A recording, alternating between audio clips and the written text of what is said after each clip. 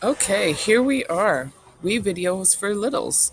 This is a video to inspire you to make videos with your youngest students.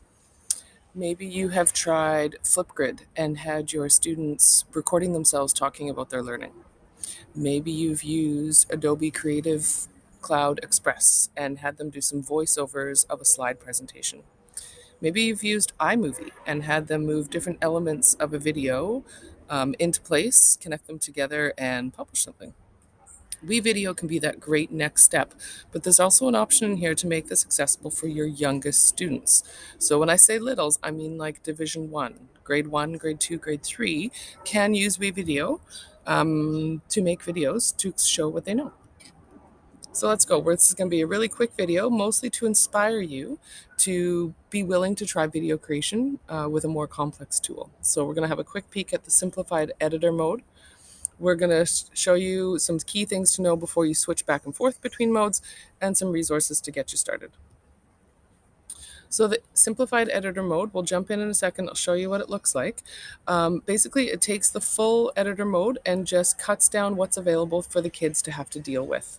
So they don't have quite as many tracks, quite as many options. They still have all the click and drag. And of course, if they have premium licenses, they're going to have access to the WeVideo library of material to add to their videos. You can only add one voiceover file, but of course they can edit that. So if they mess up, they can do it again, and they can have one music file. So in fact, two audio tracks, but both very simplified, one of each. If they're off sync, then the simplified editor mode will make sure that their audio track is the same length as their video track. So a little bit of built-in support there for that custom published finalized version. So here's a screenshot of your simplified video editor. You can see down the bottom there, you can see the one text track, one video. There will also be one audio track sitting underneath that.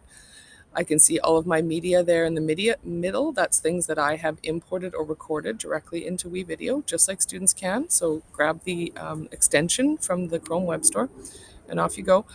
And then they've got all the options still in the left-hand menu there. So they still have all of the videos, images, audio tracks, text transitions, all those things that they can add to their video as well. So if we hop out of here for just 1 second and jump into WeVideo, you can see here I've already started a video, but if I go in here and click on the three lines, then jump down to editor experience, there's my classic editor. There's a new one, of course, keeping things real. If I jump into new edit in, that's where I've got my simplified editor. Okay, I'm going to go ahead and click on that. Oh, of course, good timing for a survey. Okay, here's my simplified editor. So you can see down the bottom here, just one audio track. So it gives them a nice big plus button. They know to go ahead and click on here. It's going to walk them through with some pretty simple words, what they might be looking for by themes, okay, or some titles. So I can go ahead and say I want a happy theme, slide down a little bit, try a few. Okay, and if I like that one, I can go ahead and hit add. Okay, it's going to go ahead and add that audio track in for me. I don't even have to worry about it. I can go ahead and add my video clips. So if I've got some videos in here, okay, we can use the search at the top, which kids really like to use. I'm just going to grab a quick one here, click that plus button, and right away. So you can see the simplified, nice, click-friendly, intuitive, and right away they've got some things to look at. So it tells me, it's even prompting me here to add a transition, maybe make it better. Right away at the top, it's going to, instead of having to search for all of my refined video features, I've got them appearing right up here at the top. And of course, I've always got my preview always here on the right. Okay, so takes it down, puts the labels on that they can understand, adds the features only that they need. Let's click back here into our slides, make sure we've covered everything so that you can go and use WeVideo with your students. So before you start in simplified editor mode, you want to know that if you need any of these features, do not start in simplified editor mode. Okay, it's even a great place for adults to start learning, but if you need multiple tracks or you want to overlay and have that picture-in-picture effect, use the full editor. If you're doing anything with a green screen, if you're doing any color coding, chroma keying, use a full editor. And if you want to muck around with the opacity, so if you want to make something fade out or fade in, or if you want to blur something out that you don't want to be seen, as well as different levels in your audio track so you can modify the volume of different pieces. All these things use the full editor, not your basic, but you can switch back and forth at any time. So if you start in Simplified and a student maybe wants to go a little further with it, they won't lose anything. Everything will come up as track 1, 2, 3, just as you saw there, and they'll still be able to edit everything the same way. Okay, so we saw there that 3-dot menu. That's where you can go ahead and flip back and forth between the two of them under New Edit In. Okay, as well as your other options always available for you. So next steps.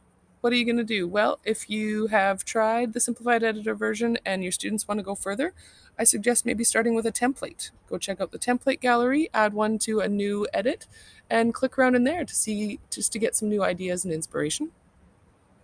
You and your students can both head on over to the WeVideo Academy. There are task-orientated tutorials there to walk you through some new skills that you might want to add to some future video projects. And if you all have premium licenses, so if you and your students have premium licenses, you can go ahead and try the features in the classroom mode where you can create tasks and share them directly in WeVideo with your students and keep everything organized and easy to find. When you are ready to start doing some clicking, I'd recommend right now just set aside some time and do a simple task. Set yourself some criteria and just have fun with it. Add some features, be a little bit silly, maybe add too many features, then take them away so you can practice that as well. And do the same with your students. A fun task is the greatest way to learn a new skill. When you want to go a little deeper, have a look on our tips website, find the tutorial videos, and you'll find quite a few in there on WeVideo tasks or skills that you might want to add to this video. And you'll also find in this slides presentation linked on the summit agenda a couple of resources for you directly from our EPSB teachers. Catherine and Samuel have done lots of work using WeVideo with different students for different reasons, so check those out. Thank you for watching today. I hope you use your time and have a great time at the summit. What are you going to start with? Do you have something in your classroom that you want your students to be excited about, build some skills, and then share back? We'd love to see how you're integrating technology in your classroom with students of all ages. Subscribe to our channel, check for our weekly video updates, enjoy your summit, and we'll talk to you soon. Take care.